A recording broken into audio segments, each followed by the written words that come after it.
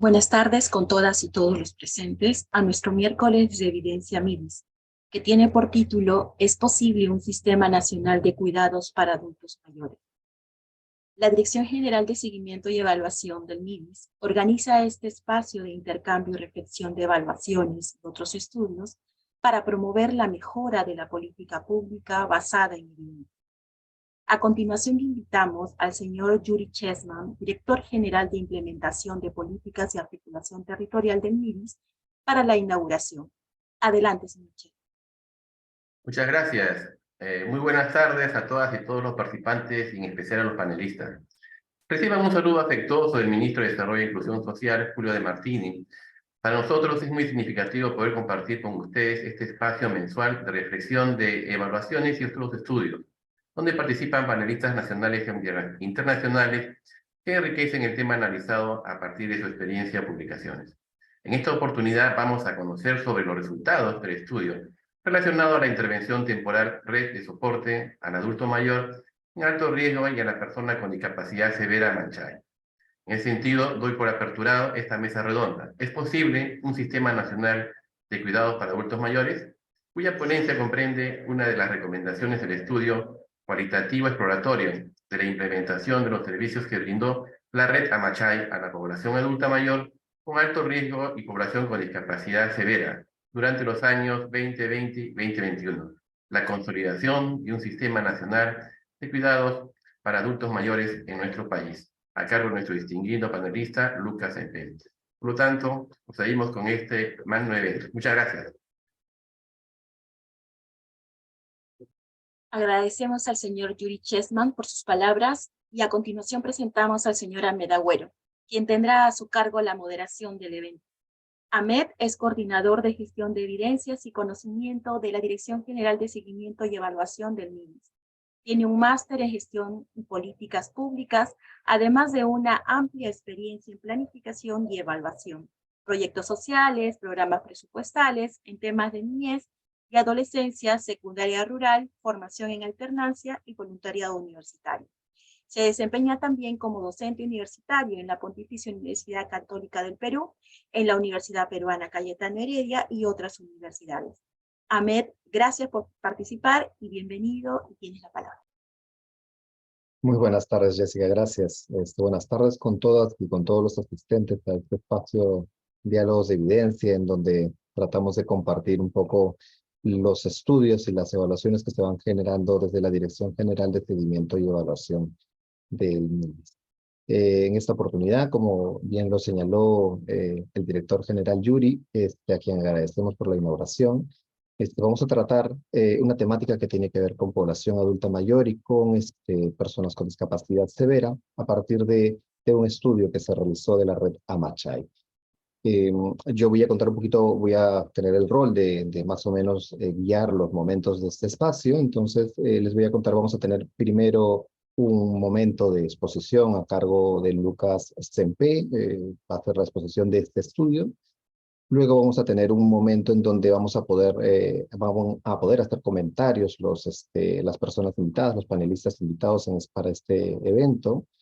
Luego va a haber un tercer momento en donde van a poder responder las preguntas de los asistentes, de cada una de las personas que vayan haciendo sus preguntas, ya sea a través del sistema de preguntas y respuestas en Zoom o a través de las personas que vayan a estar dentro del Facebook Live, que también nos pueden hacer llegar a partir de los comentarios de ahí sus respectivas preguntas. Solamente les pedimos que puedan señalar para quién está dirigida la pregunta, para que nosotros vayamos alcanzándole a cada uno de los panelistas o expositores. Ahora, más o menos esa es la dinámica. Vamos a ir tratando de hacerlo por rondas, como una especie de debate para que la dinámica fluya de la mejor manera posible. En este caso, ahora les voy a presentar al expositor, a nuestro expositor principal, que va a estar, va a encargarse de contarles sobre el estudio cualitativo exploratorio de la implementación de los servicios que brinda la red Amachay a la población adulta mayor con alto riesgo y población con discapacidad severa 2020-2021. Él es Lucas Sempe, es un investigador de la Queen Margaret University, ha hecho un máster en políticas y prácticas de reducción de pobreza por la Universidad de Londres, es un consultor con una muy amplia experiencia en el diseño y evaluación de políticas y proyectos con enfoque de resultados, especialmente en el ámbito de educación, pobreza, ruralidad, protección social, personas adultas mayores. Además, ha sido miembro de la Asociación Americana de Evaluación. Bueno, Lucas, bienvenido. Muchísimas gracias por estar nuevamente en este espacio con nosotros. Tienes la palabra por alrededor de unos 17 minutos para que hagas la exposición. Gracias, Ahmed. Yuri, voy a compartir mi pantalla. Listo. Si lo puedes poner en modalidad presentación, Lucas. Ya lo he puesto, ¿se ve? No, se está viendo. Ahora sí, ya está. Ya, listo. Muchas gracias, Yuri y Ahmed. Muchas gracias. Buenas tardes a todos los participantes. Es un gusto, un privilegio poder estar de nuevo en estas sesiones que deberían ser un caso de estudio positivo de cómo la evidencia se acerca a la población e intenta hacer que las decisiones se basen en evidencias. La pregunta disparadora es si es posible un sistema de cuidados para adultos mayores en específico. Podríamos hacer la misma pregunta para personas con discapacidad severa. Y el marco de esa pregunta es el proyecto de ley que está promovido por el Ministerio de la Mujer y Poblaciones Vulnerables para la creación de un sistema, proyecto de ley que es la culminación de un trabajo que vinieron haciendo a través de un estudio, un marco conceptual, unas comisiones intersectoriales, un proceso de consulta. No voy a dar una opinión, por lo menos en este momento, de ese marco conceptual y de ese proyecto de ley, pero las preguntas que sí me hago y que creo que vienen a colación, digamos, en esta presentación es si es que se están usando evidencias o experiencias documentadas para la creación de ese sistema, si se está construyendo sobre lo que ya existe. Y la gran pregunta es si lo que ya existe es suficiente o adecuado. Y esas preguntas, estas tres preguntas, creo que la experiencia de la red Amachai puede dar algunas luces interesantes de cara a la construcción de una política lo mejor posible. Solo como resumen muy breve, la red Amachai se crea en el comienzo de la pandemia, muy rápidamente, en marzo del 2020, a través de un decreto de urgencia.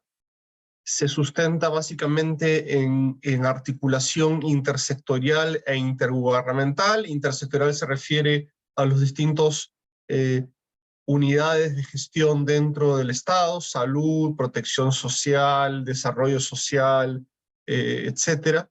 Intergubernamental se refiere al nivel nacional, regional y local. Y tuvo una población objetivo bien específica, personas adultas mayores de 60 que tuvieran al menos una enfermedad crónica y que se consideraban en riesgo, y personas con discapacidad severa, que es una categoría que está bastante bien definida en la normativa de salud y está también categorizada en el marco del MINP, del Ministerio de la Mujer y Poblaciones Vulnerables. ¿Qué es lo que hacía la red? Inicialmente la red preveía la entrega de 5 servicios: consejería, con énfasis en prevención del contagio y promoción de prácticas saludables. Ustedes se acordarán, usar máscara, lavarse las manos, distanciamiento social, todas esas cosas que miles de veces las hemos escuchado después de 3 años. Generación de alertas para identificación de personas con síntomas, es decir, llamaban por teléfono y si alguien tenía alguno de los síntomas, gatillaba un proceso de alerta. Se buscaba pensar en el tema de inmunización. Obviamente en el 2020 todavía no queda claro cuándo iba a haber vacuna. Seguimiento a casos de COVID. Una vez que la persona tiene COVID, se aísla, tiene que comer, hay que contactar a la familia, etc. Y Un elemento que me parece muy interesante, muy potente, es la identificación y gestión de alertas sobre situaciones de riesgo. Violencia,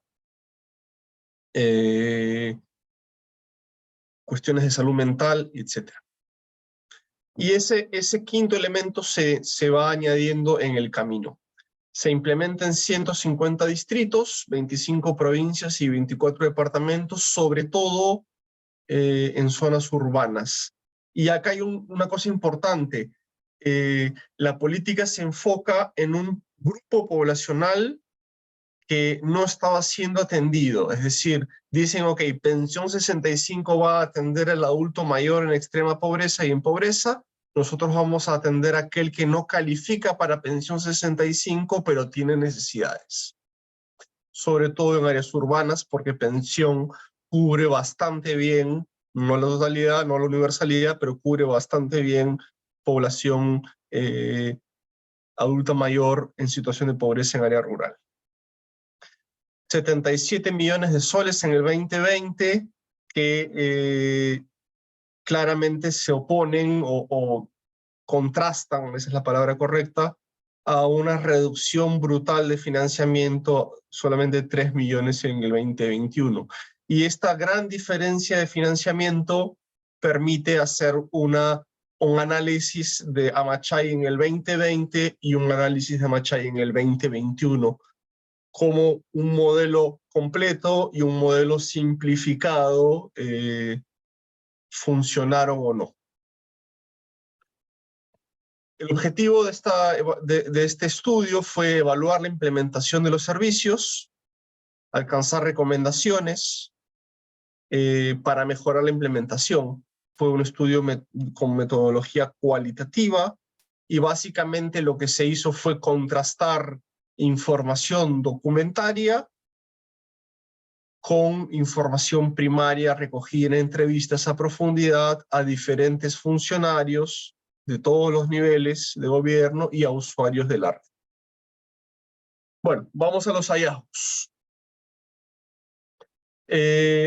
Lo más interesante en términos de análisis de la información es que Amachay constituye una respuesta a un vacío que existía antes del COVID, y lo que hizo el COVID más bien fue exponer la gravedad de ese vacío en términos de articulación y alcance de la prestación de servicios a las poblaciones vulnerables.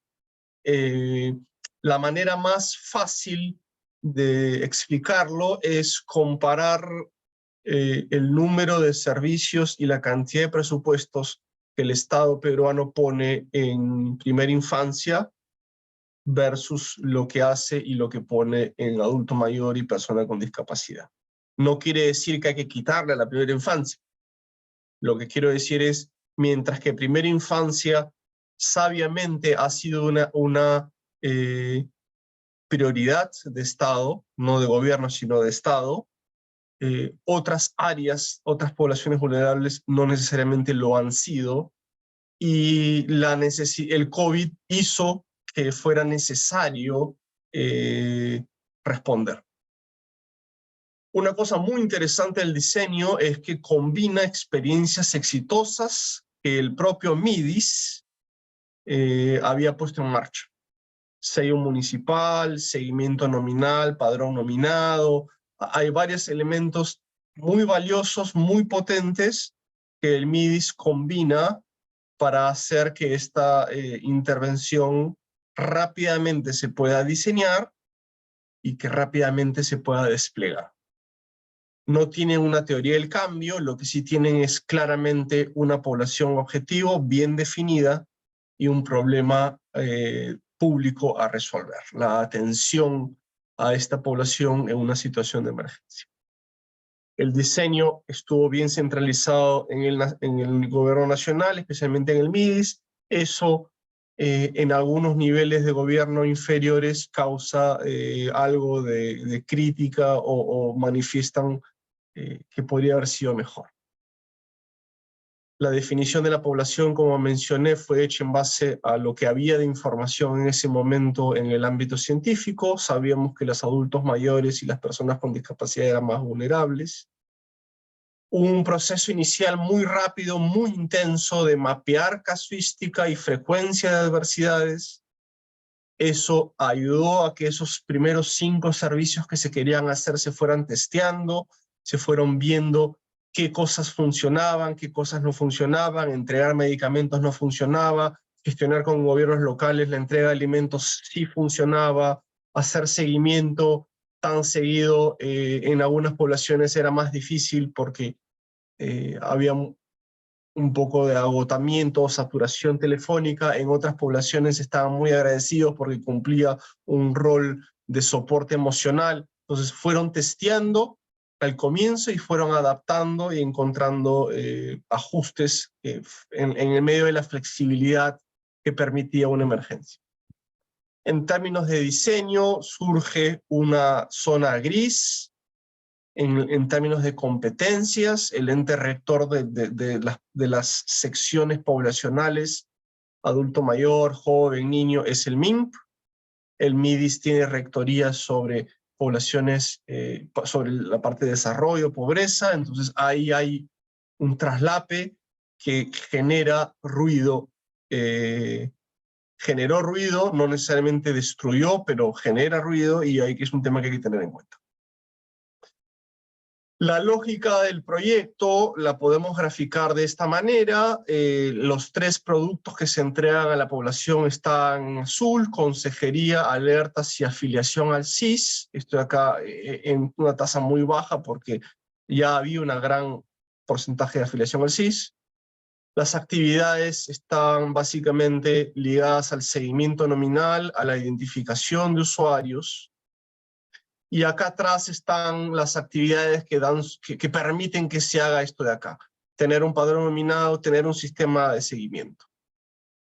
Y esta actividad, que le llamamos articulación, es la que permite que lo que ocurre a nivel local, consejería, alertas y afiliación, tenga un correlato con los otros niveles de gobierno y las soluciones y las alertas y los problemas puedan ser atendidos.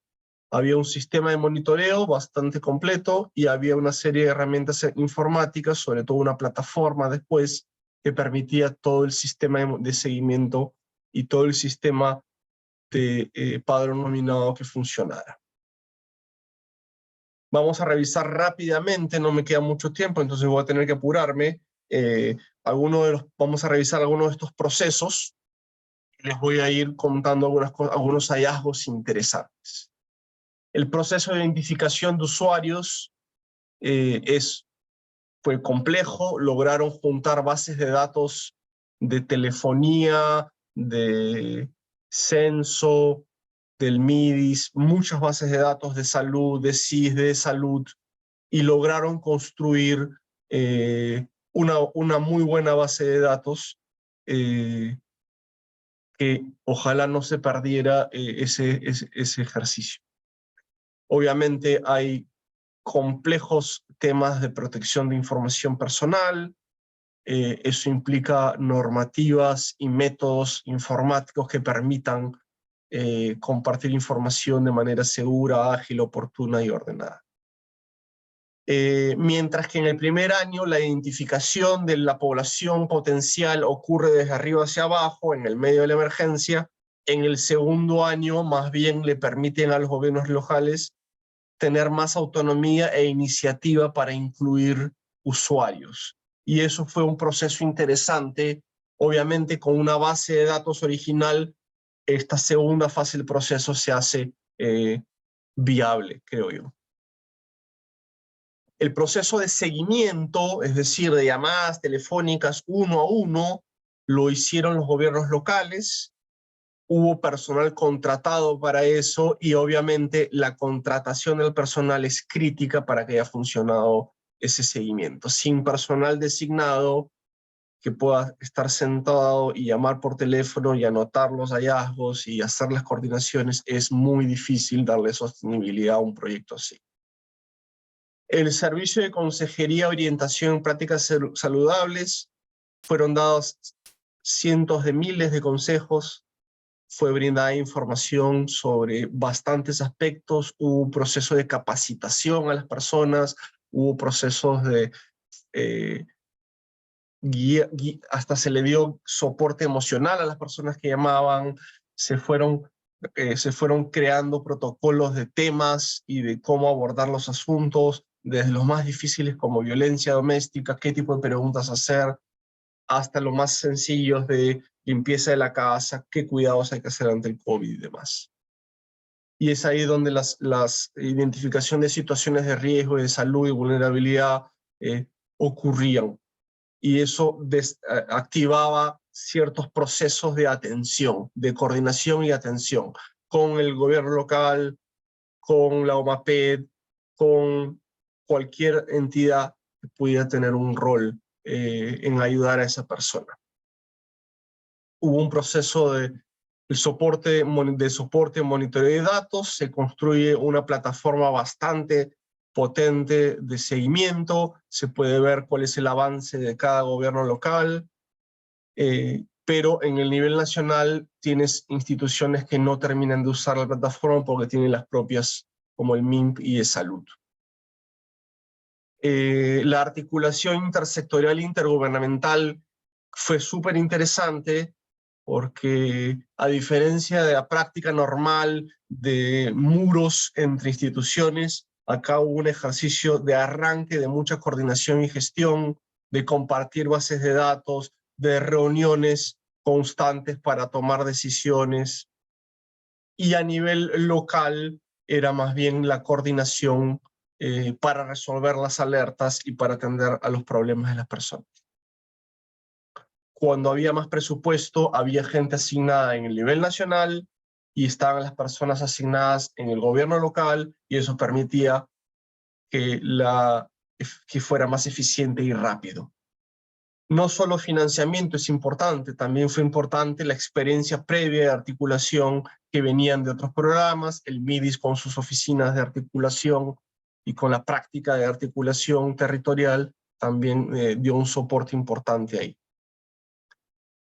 El rol del gobierno regional fue importante, obviamente, porque es el que entrega los servicios de salud, pero lo más relevante y el que tuvo la estrella de Amachay han sido los gobiernos locales, cuyas oficinas que dan servicio directo a la población se vieron revitalizadas y pudieron coordinar y organizarse para entregar una serie de servicios de manera muy cercana a la población, desde alimentos, desde soporte emocional, desde ayudas cuando había denuncias de violencia o abandono, etc.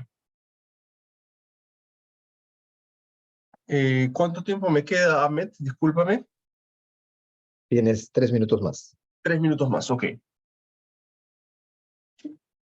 Lo que he tratado de contarles rápidamente, he tratado de escribir muchos de los hallazgos, un poco contando también lo que hacía Amachay. Ahora lo que voy a hacer en estos últimos 2 minutos y medio es hacer un poco de análisis. Amachay fue una respuesta oportuna y eficaz, prioriza una atención de una población muy vulnerable, resalta el rol del gobierno local, porque conoce el territorio, porque conoce a los vecinos, porque es capaz de movilizar recursos de manera rápida, porque ya hay instituciones dentro de las municipalidades, SIAMO, AMAPED, SEM, que son capaces de actuar. Hubo mucha proactividad de parte de los actores sociales. Los gestores locales, que eran las personas que hacían las llamadas, tenían un rol muy importante y muy entusiasmados de dar soporte. El tema capital humano es fundamental, digamos. Hay un desempeño variable de los gobiernos locales. Los datos muestran que hay gobiernos locales que hacen muchas más llamadas que otros, que atienden muchas más alertas que otros. Obviamente en el medio de una emergencia es difícil tomar acciones de corrección, pero ocurrió eso. rotación de personal siempre es un tema complejo que afecta la sostenibilidad de los proyectos. El inicio fue difícil porque no había un sistema de información. El hecho de que hayan logrado construir un sistema de información es muy importante y no se debería perder. Elementos culturales curiosos o interesantes es la desconfianza de la población hacia las llamadas, que obviamente se va rompiendo esa desconfianza. Y lo más complejo, y me remito a la pregunta inicial, es lo que el Estado ofrece en términos de políticas de cuidado y protección para esas poblaciones era muy reducido. Entonces, la falta de una política integral que permitiera distinguir poblaciones, distinguir necesidades, atender de manera adecuada y proporcional lo que las personas necesitan, hacía que Amachai se chocara constantemente con identificar problemas, con dar soluciones a algunos de ellos, pero no poder hacer más en otros. Hubo homogeneidad en el diseño de la red, y eso está bien al inicio, pero claramente es necesario poder hacer algunas contextualizaciones en el territorio y en las poblaciones, territorio y población. Y nuevamente el tema de discusión sobre competencias, que lamentablemente es un tema que aparece y que retrasa el diseño y la implementación de políticas serias para estas poblaciones. Creo que me quedo acá. Las recomendaciones creo que las podemos abordar después, Ahmed, no sé si te parece. Está bien. De hecho, está muy interesante lo que has ido planteando en estas últimas láminas. Sería genial que en el espacio que tenemos después con los comentarios y las réplicas a partir de las tres personas que van a hacer unos pequeños análisis, puedas retomar algunos de los elementos que de repente puedan también ir conversando con lo que ellos señalen. De hecho, muchísimas gracias. Hay varios como puntos que quisiera como relevar, dejándolos un poco en el aire para que Catherine, de repente Julio o Marco puedan también ir como poniéndole el acento. Me parece fundamental el tema de la articulación en el territorio que has mencionado, que es difícil efectivamente, y ahí el rol del gobierno local, ¿no? El rol del gobierno local que es central para que esta articulación fluya en el territorio. El rol del MIM para que esto se pueda dar también es imprescindible, pero además teniendo como atrás de fondo el crecimiento de la población adulta mayor, ¿no? En el Perú, en realidad viene haciendo un crecimiento importante. El año pasado hemos llegado a 13.3% de población adulta mayor, de 60 a más, me refiero, en este 2022, y entiendo que para el 2050 esta tendencia va a ser aún mayor de crecimiento, y en general en América Latina eso pone preocupaciones o puntos de preocupación en general en el sistema de protección para las personas, no solamente adultas mayores y personas con discapacidad, sino en general para todas las personas dependientes en un hogar, ¿no? Dicho esto, creo que voy a pasar al proceso de los comentarios. Vamos a tener un par de rondas. En realidad, la dinámica de los comentarios se las vamos a proponer a Catherine, a Julio, a Marco, como en dinámicas de ronda. Les planteo que tengan un primer espacio de aproximadamente unos 5 a 6 minutos, en donde ustedes hagan su primera reacción, sus primeros análisis a partir de lo que ha hecho la presentación de Lucas. Y la idea es en este espacio que ustedes puedan traer su experiencia desde los espacios en los que ustedes están participando, ¿no? Ya sea desde el espacio público, desde la política pública, desde la cooperación internacional, en cada uno de los casos de ustedes. Y luego van a tener una segunda ronda en donde ya también va a intervenir Lucas nuevamente para poder hacer una réplica.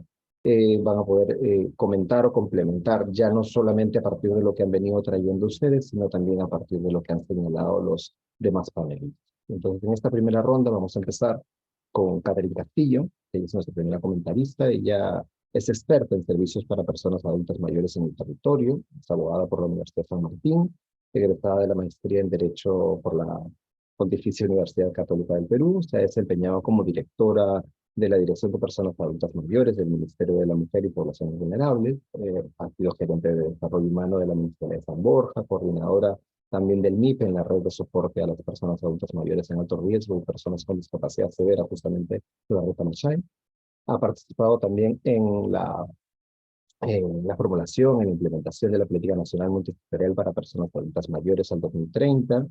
Bienvenida, Catherine. En realidad agradecemos que hayas podido tomar un tiempo para estar en este espacio de discusión y enriquecerlo cada vez más.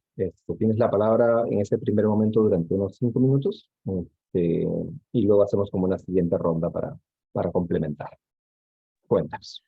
Muchas gracias, Ahmed. Muchas gracias también por la invitación a este espacio, importante espacio, que permite revisar, creo, una de las principales experiencias que ha habido en torno a la temática de personas adultas mayores en territorio.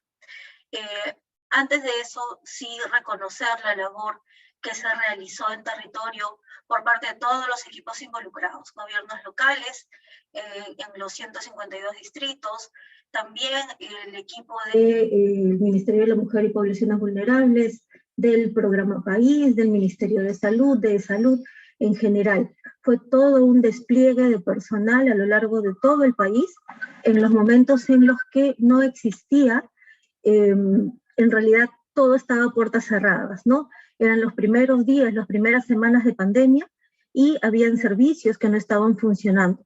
La articulación en esas primeras semanas fue muy ardua, pero finalmente se lograron ir abriendo puertas. Ahora, un poco para, retomando ya de lo que ha sido la presentación de este estudio que se ha realizado, y creo también que en realidad daría para una conversación bastante extensa, porque durante los meses de lo que fue la red, por lo menos en el año 2020, que es en la que yo participé directamente, fueron presentándose una serie de circunstancias, desde la situación en la que se encontraban los gobiernos locales en el mes de marzo, abril 2020, a cómo esto fue cambiando durante los siguientes meses. En muchos casos incluso había personal contagiado con COVID, no había personal, y eso nos hace mirar hacia qué tan fortalecidos estaban los servicios en territorio, tanto por parte de los gobiernos locales, también pensando en los gobiernos regionales, y además de otros servicios, como los servicios, por ejemplo, en el caso del Ministerio de la Mujer y Poblaciones Vulnerables, que fue uno de los grandes problemas, porque la presencia territorial que tiene la Dirección de Personas Adultas Mayores, lamentablemente, está solamente centrada en la ciudad de Lima, y tiene o tenía una sede en la ciudad de Chimbote, actualmente ya cuenta con una sede más en la ciudad de Arequipa, pero no tenía más presencia territorial. Entonces, sí había una gran dificultad en poder atender estas alertas de situaciones de abandono. Y al ser la población adulta mayor la más afectada, se fueron presentando otras circunstancias, como el abandono de adultos mayores en centros de salud, por ejemplo, ¿no? Entonces, ¿qué tan fortalecido estaba de repente el gobierno regional con un centro de atención temporal? ¿Qué tan fortalecido estaba el centro de salud para poder brindar o saber cuál era la canalización que tenía que realizar para casos de personas adultas mayores que eran abandonados en la puerta? Todos esos retos se fueron trabajando y construyendo a diario, y es algo que también quiero resaltar, la flexibilidad de la que hablaba Lucas. El equipo central, podría decir, desde los sectores de MIDIS, MINSA, MINT, se reunían a diario en un primer momento, ¿no? Esto permitía que era problema, solución, y era de manera muy flexible. Alejar a los operadores que están en la capacidad de tomar decisiones de lo que ocurre en territorio, definitivamente pues habría traído un retraso y quizás no una solución tan inmediata a todos estos problemas. Otro tema que sí lo he escuchado en varias oportunidades en la presentación y que también lo pudimos ver en el año 2020, es este problema que existe entre las competencias del MINT y MIDIS. En efecto, eso sí tuvo un impacto en lo que fue la construcción de la red. Hubieron muchos, de repente, idas y venidas en esas conversaciones, y sí, tampoco, no lo puedo negar, si en efecto el rector, en conocimiento de lo que es una situación de abandono, una situación de violencia, hubiese estado desde el primer momento, de repente habría podido canalizarse más rápido algunas cosas. Sin embargo, sí es cierto que es necesario que legalmente se puedan aclarar las competencias, porque hay unos puntos grises, como también mencionaba Lucas, ¿no? Eso va a ser fundamental, y ya de mirada o de cara a esta construcción del Sistema Nacional de Cuidados, que respondiendo a la pregunta que nos reúne el día de hoy, sí es posible y es más que necesario. Y creo que la red es justo un ejemplo claro de la necesidad que existe, porque podemos tener servicios dispersos, pero si uno, estos no son fortalecidos, y dos, estos no trabajan de manera articulada, no vamos a tener un resultado exitoso o un resultado que finalmente pueda ser visto por la población a largo plazo, ¿no? La población tuvo muy buena recepción a lo que fue la red Amachay. Algunos incluso formaron vínculos de sentir finalmente sí a un cuidador, a una persona que los llamaba a preguntarles: ¿tienes algún síntoma? ¿Cómo estás? Si has tenido algún caso de violencia, llámame, o llámame en otro momento, no olvides tomar estos cuidados. Entonces, ese vínculo, en especial en un contexto como ese, incluso en personas adultas mayores que no necesariamente estaban en una situación de dependencia, sino que sí estaban bajo una situación de estrés bastante alta y que no tenían ningún contacto con lo que se podría decir ninguna autoridad a nivel local en un primer momento, ¿no? Entonces yo creo que sí ha habido un camino largo, y me preocupo por el tiempo, creo que dijeron 5 minutos. Me comenta si es que ya corto, porque como comentaba, el tema podría dar para mucho más. Uno más para que cierres, Catherine. Ya, perfecto. Y también sí algo que resalto de lo que mencionó Lucas, ¿no? El tema de cómo se prioriza la temática de personas adultas mayores en todos los ámbitos. Actualmente el rector está concentrado en una unidad orgánica de una dirección general, de la Dirección General de la Familia y la Comunidad. Si lo ponemos en un símil o en un paralelo con otras temáticas, como lo es, por ejemplo, niños, niñas y adolescentes, que sí está dentro de una dirección general, o la temática de personas con discapacidad, que para eso está CONADIS, y así en otros espacios, podemos ver una diferencia abismal, ¿no? También si podemos hacer una comparación del presupuesto que existe asignado a personas adultas mayores, no solo pensando en gobierno nacional, sino también pensando en gobiernos locales, podemos ver que por ahí también es una ruta que se debe de comenzar a mirar, ¿no? Un cambio de cómo es que se está dando tratamiento y una asignación presupuestal para poder generar una mayor presencia territorial, porque eso es algo que sí o sí se tiene que realizar. Es imposible hacer articulación territorial desde una oficina en otra ciudad. Eso es algo que tenemos que cambiar, esa mirada, y entender que la descentralización y la articulación territorial no puede hacerse por teléfono y no puede hacerse únicamente por Zoom. Son herramientas importantes, pero se requiere una presencia territorial. Con eso cierro esta participación. Gracias. Gracias, Catherine. Por este primer momento. De hecho, insisto que luego podremos ir cerrando algunos espacios. Esto que dices, además, creo que he contrastado con la información, digamos, con el dato último que desde INEI sale, que en realidad gran parte de la población ahorita adulta mayor, una cuarta parte de la población adulta mayor, en realidad vive en hogares solos, ¿no? Y su composición es o de solo una mujer adulta mayor o de un varón adulto mayor. Y eso en realidad tiene toda una lógica y todo un detrás con los cuidadores, que como decía hace un rato, son prioritariamente mujeres. Entonces se va reproduciendo un poco la lógica de inequidad también en cómo se aborda el sistema de cuidado para las personas, no solamente, insisto, para las personas adultas mayores o las personas con discapacidad, sino para todos los que son dependientes dentro del hogar, que cada vez eso ha ido creciendo, ¿no? Ahora los datos son bastante más elevados que antes.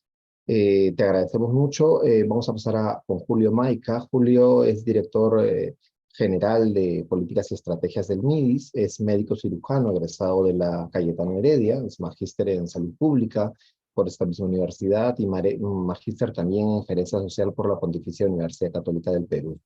Tiene estudios en gestión pública, investigación, ética, monitoreo y evaluación en proyectos sociales y de salud, y actualmente está cursando además un doctorado en gestión estratégica de la Católica también.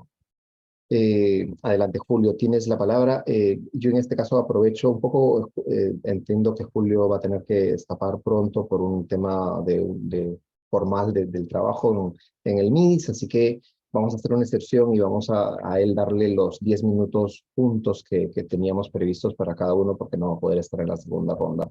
Julio, tienes la palabra. Muchas gracias, Ahmed. Sí, disculpen, lamentablemente tengo una reunión paralela y tengo que asistir. Bueno, me has hecho recordar un poco los inicios desde que se inició la red Amachai. Tuve oportunidad de estar en la formulación, como mencionó Catherine, ¿no? Fue todo una serie de dificultades al inicio, ¿no? Poder generar en tan poco tiempo, ¿no? La emergencia, hizo que todo sea demasiado rápido, que todo fluya demasiado rápido. El MIDIS como sector trató de generar la propuesta lo más pronto posible, creo que tuvimos 2 semanas para hacerlo, de manera conjunta con varias direcciones involucradas del MIDIS, sobre todo las direcciones de articulación, recuerdo mucho, y el programa País, que nos colaboró bastante, ¿no? El MIDIS creo que venía con una experiencia a nivel de articulación territorial buena, con la estrategia de gestión territorial primero de la infancia por un lado, ¿no? Y con lo que ya habían desarrollado en su momento un año atrás, antes que comience la pandemia, con el plan multisectorial de lucha contra la anemia, ¿no? Entonces, más o menos con esa instancia es que se genera esta propuesta que bien la ha comentado Lucas, ¿no? De la red Amachai, ¿no? La red de soporte de adulto mayor en alto riesgo y personas con discapacidad severa, ambas por población vulnerable, ¿no? Dentro de lo que nos ha comentado un poco Lucas, ¿no? Lo importante, los servicios que queríamos brindar a través de Amachai, ¿no? La consejería, la generación de alertas, la importancia en el marco del COVID de la vacunación, ¿no? El seguimiento a los casos bajo sospecha de COVID y la identificación y gestión de esas alertas, ¿no? Eso implicaba una articulación amplia, sobre todo con salud y con el Ministerio de Salud y con el MIM, ¿no? Coincido ahí mucho con lo que comentaba Catherine, creo que también lo comenta Lucas en su momento, las diversas dificultades que hubo para poder interrelacionar y generar una adecuada coordinación, incluso desde el nivel central, ¿no? Desde que empezamos tratamos de que haya una amplia conversación, coordinación directa con los ministerios, pero dada la coyuntura en ese momento, cada sector tenía una serie de responsabilidades que asumir en el marco del COVID, ¿no? Lo que dificultó un poco esta articulación tan necesaria y que se visibilizó desde un inicio, creo que también ya lo mencionó Lucas, ¿no? Que incluso en algún momento se menciona que no hubo mucha participación. Bueno, hubo esta serie de dificultades, ¿no? Lo cual también se fue acrecentando conforme pasaron los meses de pandemia, ¿no? Y esto pasó mucho por el tema presupuestal también, ¿no? Creo que ya se ha mencionado. Lo que es cierto un poco, viendo rápidamente a la presentación, ¿no? Se combinó, como ya lo mencioné, estas experiencias exitosas que tenía el MIDIS en articulación. Creo que fue muy importante este tema, ¿no? El trabajo a nivel de redes y con el gobierno local, con los gobiernos locales, con los gobiernos regionales, creo que también fue bueno, ¿no? Conforme pasó el tiempo, como mencionaba, el trabajo con el MIM, con el propio MINSA, se fue debilitando, ¿no? Más fue el apoyo a nivel de gobiernos regionales y gobiernos locales. Incluso creo que al hablar de la experiencia hasta el final, fue posible que algunos gobiernos locales indiquen que podían usar su propio presupuesto para continuar con la red cuando el presupuesto ya se minimizó, ¿no? Dentro de los procesos que hablaba Lucas, tengo el tema del seguimiento nominal, que es muy importante. Creo que eso nos deja un buen aprendizaje de la importancia de este seguimiento. El tema de la consejería también pienso que es muy importante. Bueno, como ya lo he mencionado, el tema de la articulación ha sido preciso, pero dentro de todo algo que también menciona en algún momento Lucas es el tema del financiamiento, por un lado, y el tema de también la voluntad de trabajo de los diversos sectores, la voluntad política en sí de los gobiernos regionales, locales, de querer trabajar. Creo que esa mezcla de factores son fundamentales para que la red pueda funcionar, ¿no?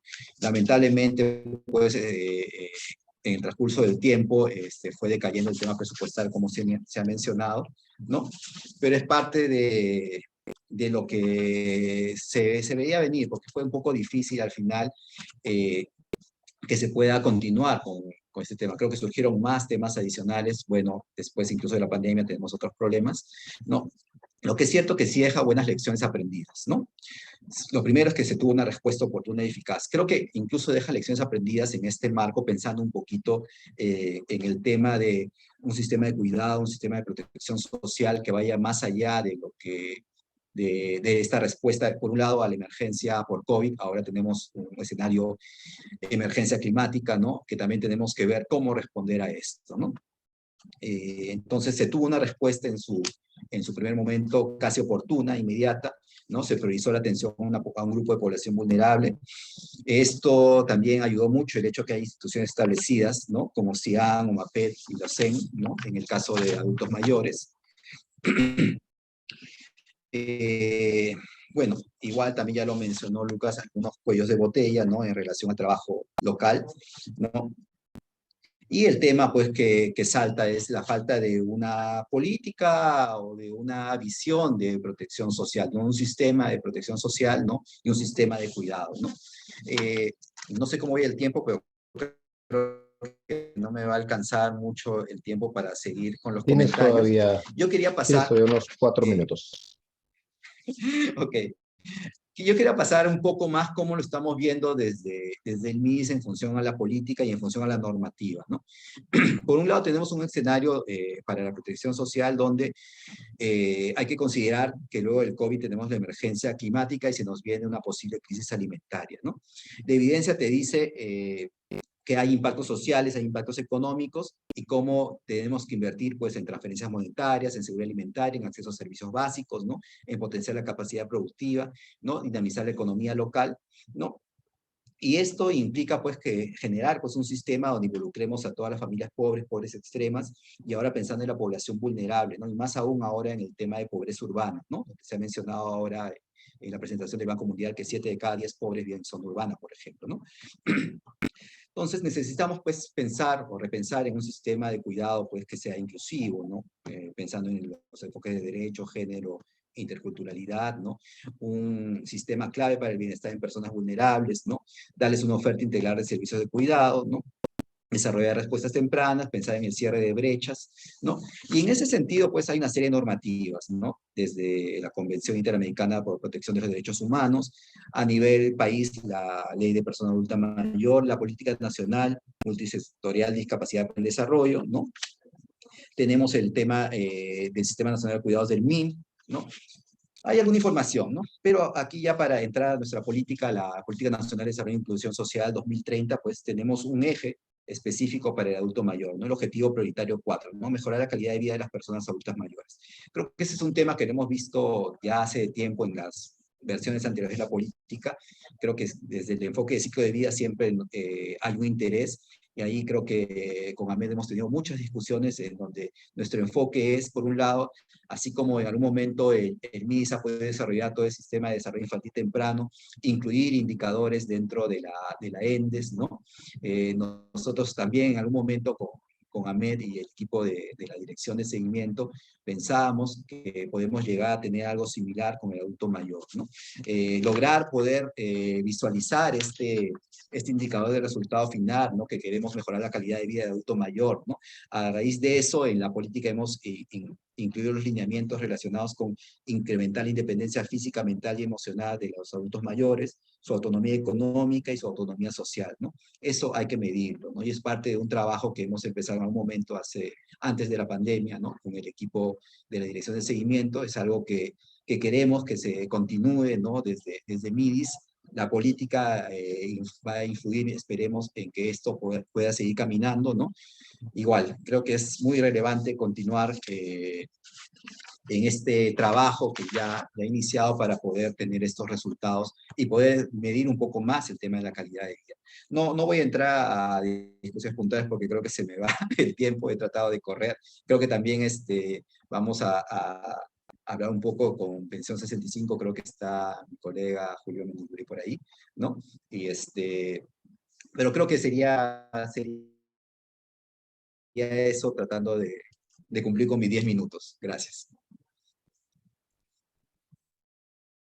Muchas gracias, Julio. Efectivamente, ahí quedan pendientes algunos temas a ser trabajados tanto desde la política, pero también en coordinación con las personas de Pensión 65. Sí, efectivamente, Julio Mendiburo se estaba uniendo ahorita también a este espacio, a quien dicho sea de paso agradecemos por estar presente también aquí. Este instrumento que permitiría tener como elementos de la condición en la que se encuentran las personas adultas mayores, tanto en términos de su independencia física, en términos de su capacidad funcional, digamos, para su vida cotidiana, en términos de su autonomía social y su autonomía económica, digamos, son elementos que pueden dar bastantes luces para lo que tendríamos que ver y atender desde un sistema nacional de cuidados, ¿no? Efectivamente, ahí probablemente la parte económica que tiene todo un correlato con la protección social son cosas que se tienen que dar vueltas de cómo se va a ver como Estado, que es bastante más complejo.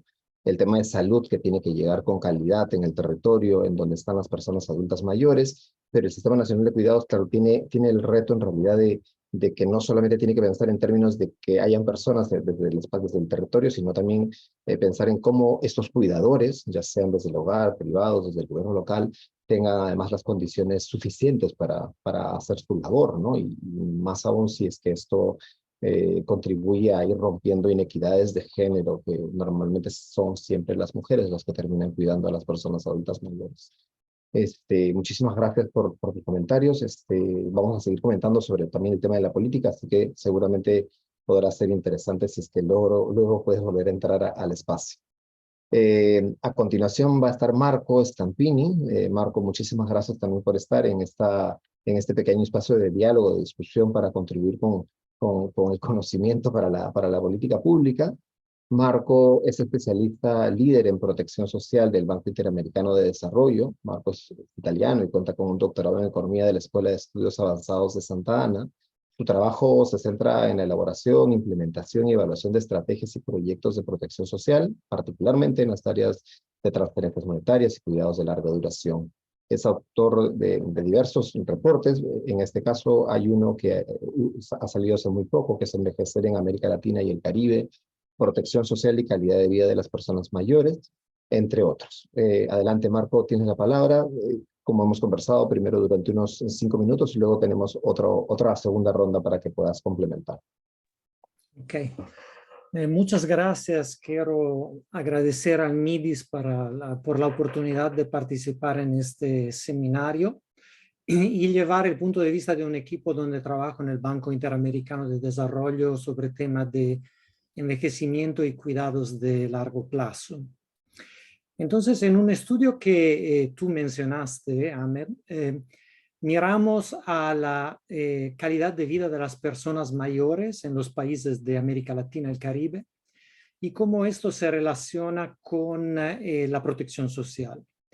Y adoptamos un enfoque integral de la protección social, mirando a cobertura y calidad de pensiones, salud y cuidados de largo plazo. ¿Por qué es importante adoptar un enfoque integral? Hago un ejemplo hablando de Perú. En Perú, la cobertura de pensiones contributivas y no contributivas es un poco menor que el promedio regional, pero el valor es mucho menor del promedio regional. El valor promedio de las pensiones es 20% de los ingresos de la gente que está por jubilarse. Entonces, si el ingreso esto es la mitad que el promedio regional de 42%. Entonces, si la persona mayor tiene un ingreso muy bajo, esto significa que cada gasto en salud, cada gasto en cuidado tiene un impacto muy fuerte en su bienestar. Entonces, es muy importante tener calidad y cobertura de servicios de salud y de cuidados de largo plazo. Perú no tiene un sistema de cuidado para personas mayores con dependencia. Existen servicios públicos con muy baja cobertura. Existen servicios privados que no son accesibles, son accesibles solo a quien tiene ingreso alto. Y por esta razón, la mayor parte de la carga del cuidado cae en las familias y dentro de las familias en las mujeres. Y esto tiene impacto en su bienestar, en su salud mental y también en su participación laboral, en su progresión profesional durante su vida. Entonces, si queremos construir un sistema de cuidados, ¿por dónde podemos empezar? ¿Cuáles son las intervenciones más costo efectivas? Yo voy a hablar de 3 cosas: formación, coordinación y calidad. El primer tema es formación o capacitación. Los recursos humanos, las personas cuidadoras, son la columna vertebral de la calidad de los servicios del cuidado. Es un servicio muy intensivo en recurso humano. La mayoría de las personas cuidadoras, sin embargo, no tienen la capacitación adecuada. También las personas cuidadoras remuneradas dicen que tienen brechas de formación. Pero además de esto, hay una parte del cuidado que la dan personas que están contratadas bajo otras figuras profesionales. Por ejemplo, trabajadores o trabajadoras del hogar. Hay la mayoría del cuidado que está brindado por miembros del hogar. Y estas personas no saben cómo cuidar. Tienen que aprenderlo haciéndolo. Pero sabemos también que la capacitación tiene muchos beneficios. En primer lugar, para la persona mayor.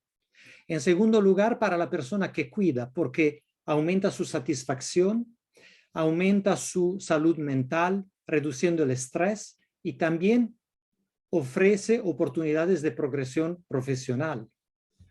Entonces, hoy en día hay formas de hacer formación que no requieren interrumpir el trabajo.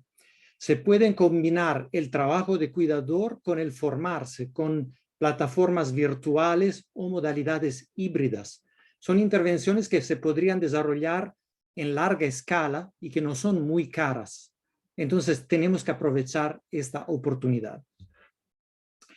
En segundo lugar, existen servicios en el territorio. Existen algunos servicios de los gobiernos locales, existen servicios privados, existen asociaciones sin fines de lucros, existen los servicios familiares, y es muy importante coordinar todos estos servicios. Ahmed, te veo congelado, entonces me confirman si me escuchan bien, por favor. Sí, te escuchamos bien, Marco. Muy bien, gracias. Disculpa, pensaba que era mi conexión que se había congelado. Entonces, sabemos que en el sector privado, las firmas de cuidadores remunerados tienen plataformas que permiten coordinar con los médicos, con las farmacias, con los familiares, con las personas mayores, y algunas de estas plataformas pueden ser desarrolladas también para el sector público. Por ejemplo, en este momento en la Ciudad de México estamos adaptando una de estas plataformas para que la usen los cuidadores familiares, para que por medio de esta plataforma los cuidadores familiares se capaciten y también para que estén en contacto con los pocos trabajadores sociales que tiene la Ciudad de México y para que puedan lanzar alertas por situaciones de necesidad que permitan priorizar las intervenciones de los trabajadores sociales y de los servicios de telemedicina. En tercer lugar, quiero hablar de calidad. La calidad es algo que se debe reglamentar por parte del Estado, también cuando los servicios los dan el sector privado. Pero la cosa más importante es que todo lo que se hace en calidad tenga el enfoque centrado en la persona. ¿Qué significa esto? Y es transversal. Por ejemplo, en el cuidado en el hogar es necesario respetar los tiempos de las personas mayores, no infantilizarla haciendo las cosas para ellas, pero esperar el tiempo que es necesario. En los centros de días es importante escuchar qué prefieren hacer las personas mayores y decidir las actividades con ellas. En los centros de larga estadía se debe permitir a las personas mayores replicar las condiciones de su casa, eligiendo sus objetos, llevando sus cosas y siguiendo usando sus cosas. Todo esto parece banal, pero no es como se hacen los servicios hoy en día en la región. Es un cambio cultural que puede tener un fuerte impacto en el bienestar de las personas mayores y también de sus personas cuidadoras. En resumen, 3 puntos: capacitación, coordinación y calidad con enfoque basado en la persona. Sería muy lindo tener un sistema de cuidado en Perú, pero no es necesario esperar tener un sistema de cuidado para actuar ya. Gracias. Muchas gracias, Marco. Efectivamente, hay bastantes retos todavía que tener y que abordar para el Sistema Nacional de Cuidados en el Perú. Vamos a dar ahora la palabra, vamos a tener una segunda ronda para esta parte del debate. Vamos a trabajar en primera instancia con Lucas, para que Lucas pueda tener una especie de réplica a aquello que se ha venido comentando. Y después vamos a ir teniendo un rol para cada uno de los integrantes. Lucas, en primera instancia te daríamos la palabra. ¿Quieres cerrar o traer alguno de los elementos que dejaste dentro de tu presentación, de las recomendaciones? Este es un momento para que puedas hacerlo. Tienes aproximadamente unos 5 minutos para que puedas abordarlo, y evidentemente para que puedas de repente tener algún comentario a lo que han dicho los 3 panelistas. Gracias, Ahmed. Muchas gracias a los panelistas. Creo que en estos eventos es más interesante los comentarios y la posibilidad de conversar más que la presentación en sí. Creo que hay varios elementos en común y me gustaría hablar de lo que han dicho, y me gustaría hablar más sobre el tema de los cuidados.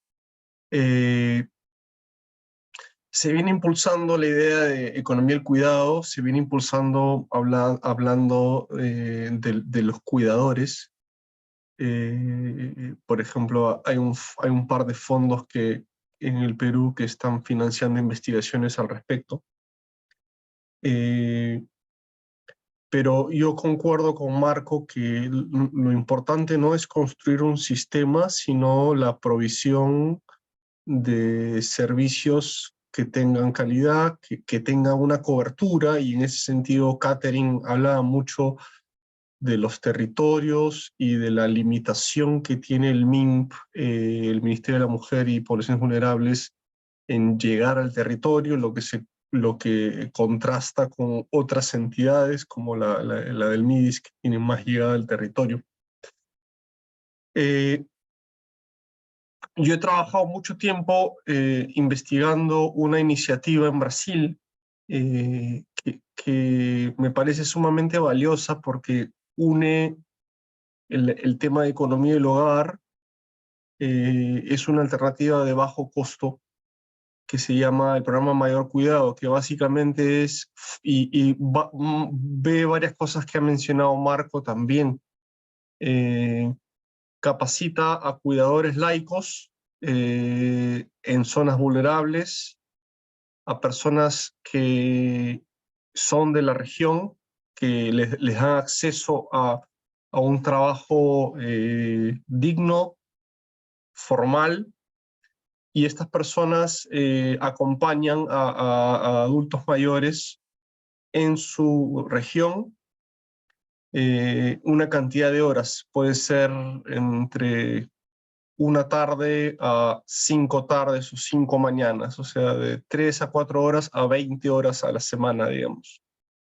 Eso le da un respiro a la familia, eso capacita a gente para que busquen empleo en otros lugares más calificados, genera economía local. Entonces tiene varias ventajas, digamos, y los indicadores de salud que hemos ido viendo son positivos, o sea, los outcomes en salud son positivos. No se necesita un sistema, se necesita la capacidad de poder innovar. Un poco lo que yo recogía de Amachay era la posibilidad de innovar flexiblemente, testear cosas hasta encontrar lo que funciona. No necesariamente pasar por la ruta larga, compleja y amarrada a programas presupuestales, a modelos operativos, a cambios de normativas, a reglamentos que toman 4, 5, 6, 7 años, cuando la realidad supera, como decías tú, Ahmed, el crecimiento de la población adulto mayor nos va a superar a todos y vamos a llegar a un punto en el cual ya no hay tiempo para reaccionar. Creo que hay que mirar países vecinos, Uruguay, Costa Rica con ayuda del BID, está haciendo cosas interesantes, quizá Marco puede hablar algo de eso. Chile tiene una buena categorización de familia, de tipos de personas, y tiene una buena categorización de servicios, logra identificar a personas en mucha dependencia y ofrecer un servicio específico a esas poblaciones. Creo que yo diría que la ruta en el Perú, más que crear un sistema de cuidados, es construir en base al padrón nominado unos clústeres de servicios adecuados, oportunos, de calidad, que después se puedan constituir en un sistema.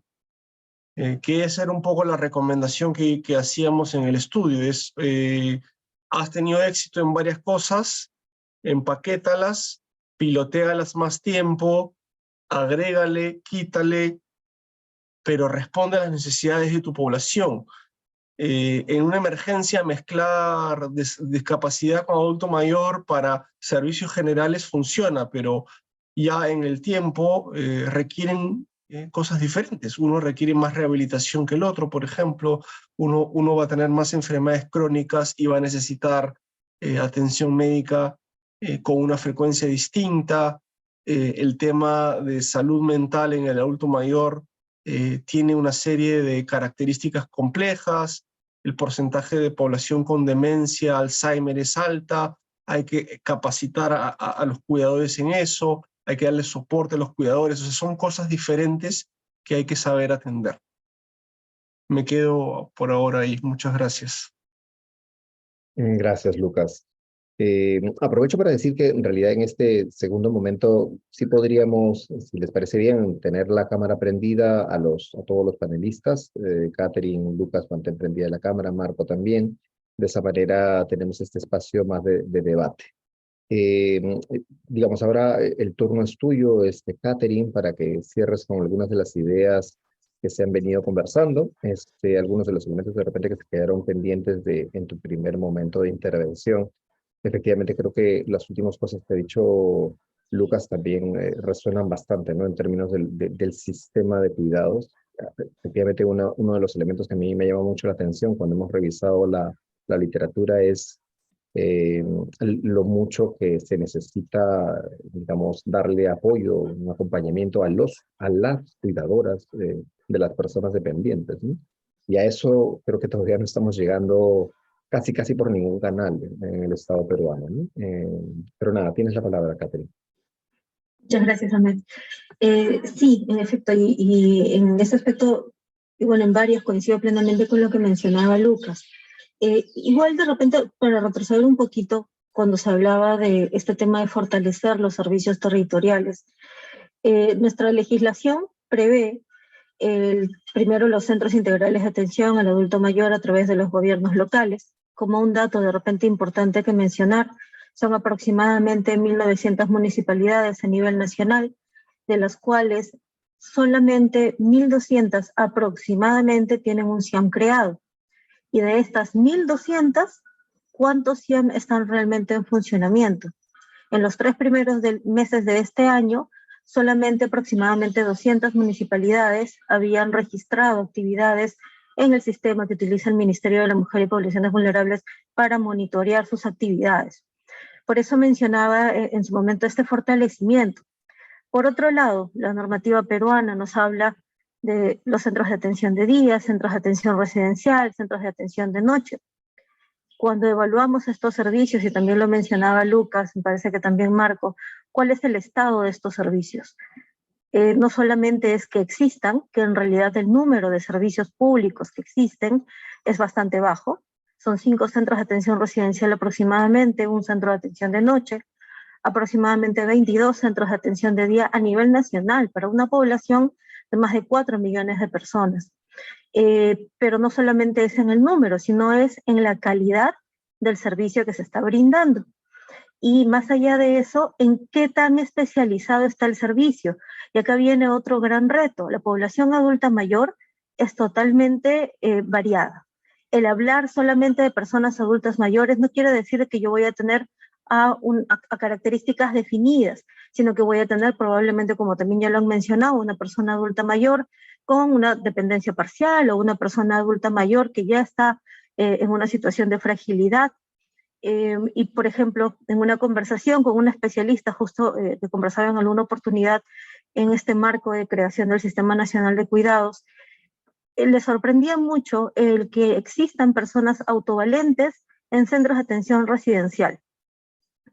Y lo entiende y desde la mirada desde otros países, pues no, que eso les parece inconcebible, porque de repente esta persona, como también lo mencionaban, podría estar en un entorno en el que se promueva su inserción laboral y que esta persona esté en plena capacidad de poder sustentarse a sí misma y que también pueda ejercer plenamente sus derechos, ¿no? No solamente una persona que cae en lo que se denomina, de acuerdo a la legislación peruana, situación de abandono, es que con eso basta para que simplemente entre un centro de atención residencial dentro de la concepción que se está manejando, de centros en los que la persona entra y que ya no puede salir. Ese es un cambio que se ha venido tratando de hacer, por lo menos en los 2 últimos años. Sin embargo, es un reto bastante fuerte en los servicios que existen. ¿Por qué menciono esto? Y quiero reforzar justo lo que se había mencionado, el tema de la especialización. Hay intentos, ya hay trabajos sobre ello, ya hay algunos cursos con universidades, etcétera, pero finalmente los modelos que se dan de cursos son los mismos para la totalidad de cuidadores. Entonces, finalmente, lo que el cuidador va a llevar no necesariamente va a ser lo más idóneo para la población a la que tiene que atender, sea cuidador domiciliario, sea cuidador remunerado, dentro también de la diversidad que existe. El reto, y también cada vez que yo pienso y trataba de buscar un orden hacia por dónde empezar, el reto es enorme, pero creo que una pieza clave es fortalecer los servicios que existen y comenzar a cambiar esa mirada de una persona adulta mayor activa, saludable, que participa, que porque esté de repente en un centro de atención residencial o que ya esté recibiendo servicios en un centro de atención de día, no quiere decir que esa persona ya no pueda de repente aún acceder a una bolsa de trabajo con el gobierno local o que pueda participar de los espacios que existen con el gobierno local u otros tipos de espacios, ¿no? Dejar esa mirada que lamentablemente en entornos como este, solemos entender y lo tenemos claro de que la persona tiene derecho a desarrollarse plenamente. Y a lo que me refería es, pero lamentablemente en el resto del país, en la mayoría de espacios en donde se da servicios para personas adultas mayores, la mirada es otra. Y eso es un tema cultural que es aún mucho más difícil de cambiar. Se viene haciendo esfuerzos, se viene haciendo trabajos, pero el rol también de la sociedad civil es de suma importancia y eso también es necesario que se vea en esta construcción del Sistema Nacional de Cuidados. Para cerrar, hay un avance en lo que se ha venido haciendo el Sistema Nacional de Cuidados, se han hecho varias consultorías, se ha levantado información de los servicios que existen, tanto privados como públicos, para poder ver qué es lo que hay e identificar qué es lo que falta. Sin embargo, nuevamente reitero, el reto es bastante amplio y es necesario, uno, por lo menos desde mi punto de vista, y ahí hablo personal de Caterina Castillo, que la mirada venga desde la persona hacia la que se le va a brindar el cuidado.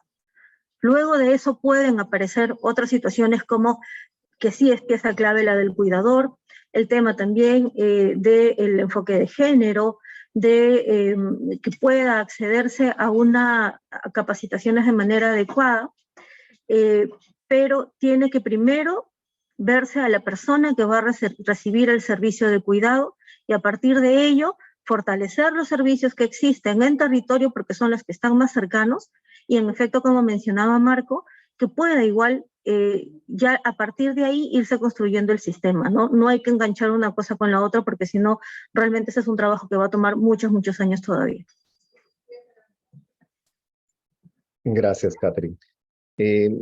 En este caso te toca a ti, Marco. Ya Julio lamentablemente tuvo que partir, Julio Maica, para que tengas tu segunda ronda de comentarios.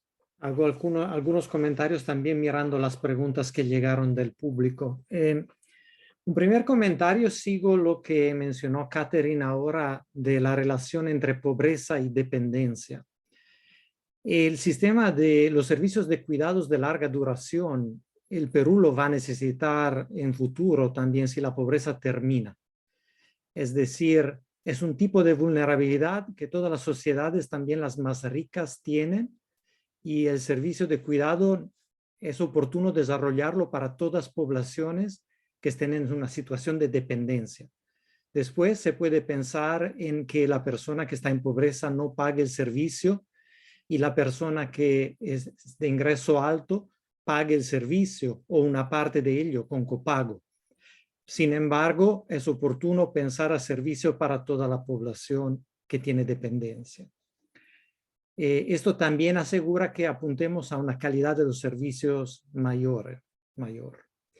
Segundo tema, me relaciono con el ejemplo del programa Mayor Cuidado de Belo Horizonte que mencionaba Lucas.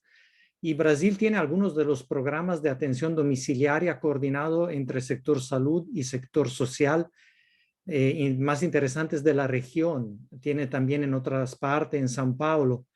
En toda la región hay una parte de hospitalizaciones importantes que son más largas de lo que se necesita en personas mayores porque no hay acompañamiento una vez que la persona salga. Entonces hay personas mayores que se quedan muchos más días en los hospitales de lo que es necesario. Esto tiene un costo en el sector salud y también utiliza camas y servicios que se deberían usar para otras personas. Entonces, lo que se está empezando a hacer en Brasil es intentar de coordinar el sector salud con el sector social, así como lo hizo la red Amachai, que es muy interesante en este sentido, para hacer que las hospitalizaciones duren el menos posible y que el cuidado se haga afuera o con atención enfermerística, de enfermería en el domicilio o con profesionales del cuidado en el domicilio. Eso es otro punto. El tercer punto que quería hacer es lo de qué implicación tiene el envejecimiento poblacional para el diseño de una política de cuidado hoy. Quiero llevar una lección que aprendieron los países más envejecidos. Algunos eligieron niveles de cobertura de servicios demasiado generosos que ahora tienen problemas en pagar, porque lo eligieron cuando el porcentaje de personas con mayores era mucho menor que hoy y después la población tiene una expectativa de servicios, es muy difícil cambiarlo. Entonces, es muy importante pensar a las proyecciones de envejecimiento de la población y elegir hoy tipos de servicios, niveles de cobertura que el país pueda también pagar en 20, 30 años, porque nuestras estimaciones dicen que si un sistema tiene un costo hoy como porcentaje del PIB, en 2050 en Perú, este porcentaje del PIB será 3 veces mayores que hoy, por el mismo nivel de cobertura, simplemente porque aumenta de manera exponencial el porcentaje de población mayor. Aquí paro. Gracias.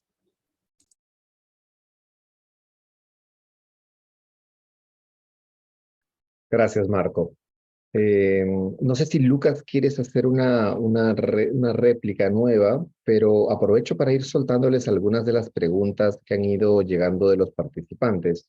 Lucas, a ti te han preguntado, por un lado, si se consideró que las experiencias exitosas pueden no estar vigentes por el adelanto de la tecnología, que finalmente hace un poco cambiante los parámetros de cómo puedes llegar a las personas dependientes, a las personas vulnerables en el territorio. Y la otra pregunta que hicieron, que en realidad, claro, en el marco del estudio cualitativo entendería que no la responderías exacta, pero creo que podrías decir algo, que es, determinaron la brecha de falta de atención primaria a personas adultas mayores con deterioro cognitivo. Esa es la segunda pregunta.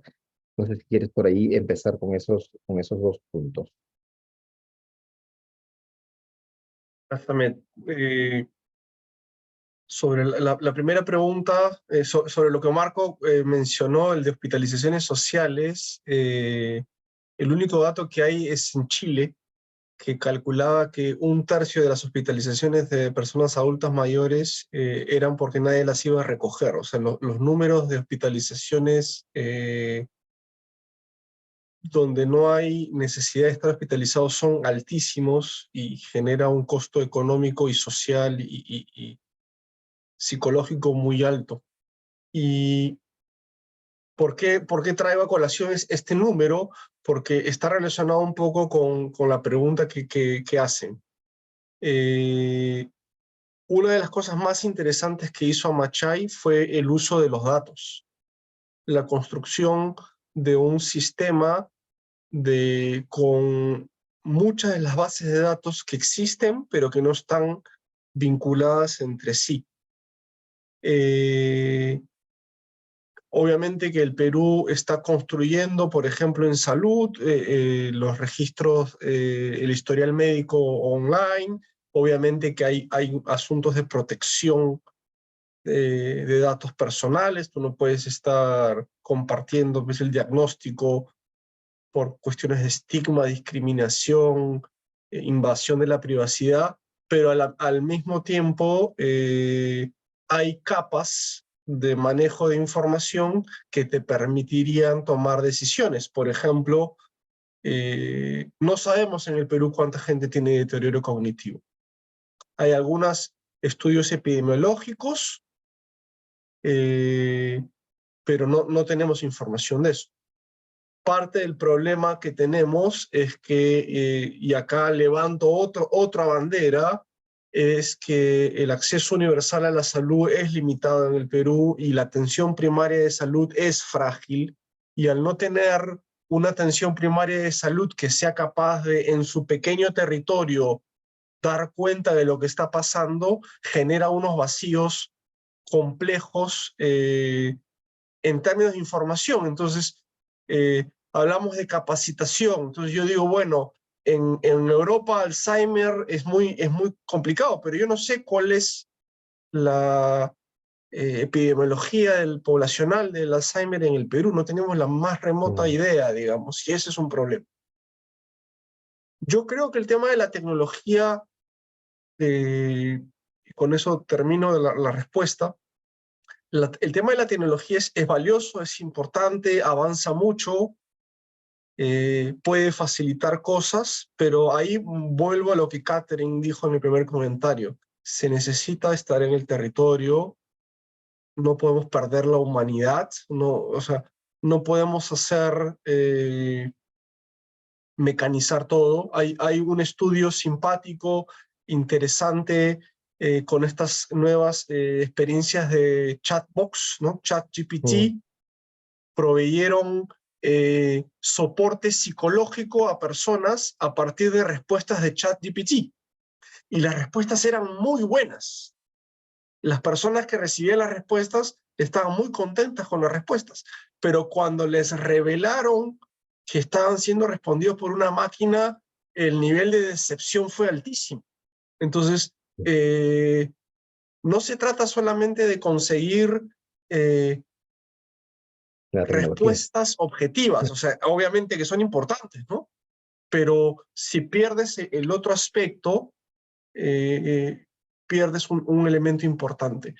Y el cuidado es altamente demandante en términos de capital humano, o sea, no se va a poder reemplazar eso. Puedes poner sensores en la casa, puedes usar botones de alerta, puedes generar mil herramientas, programar el Alexa, el Apple, no sé qué, no sé cuántos, pero al final de cuentas hay que bañar a la persona, hay que escucharla, hay que cantar con ella, hay que darle espacio para que haga cosas de ocio, y necesita seres humanos para eso.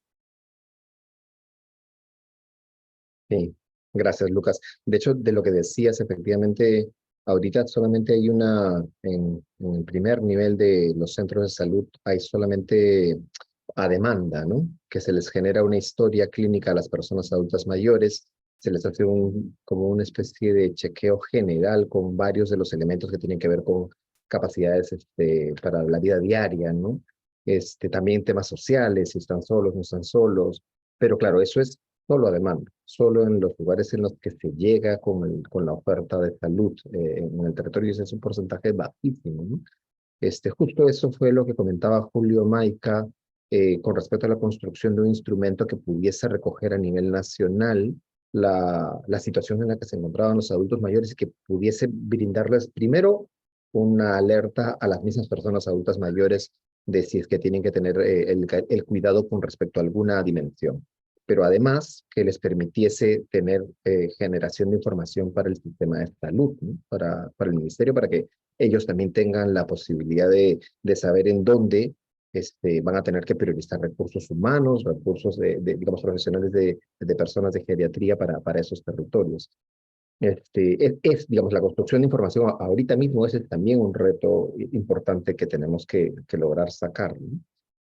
Catherine, a ti te hacen un par de preguntas. Una, que es si se ha determinado la necesidad de formar cuidadores especializados para acompañar a las personas con demencia, en particular, aluden a las personas cuidadoras que no son remuneradas, ¿no? O sea, fuera de las que están dentro de los centros residenciales, de repente que tienen MIMP, o fuera de las personas que atienden en estos centros, digamos, privados, residenciales también, en fin, sobre todo fuera de eso, de ese sector que es un porcentaje, todo el otro sector que son personal que da cuidado, pero que no es remunerado. Suelen ser amigos, familia, un actor cercano al hogar, ¿no? A la persona adulta mayor. Si por ese lado se ha pensado.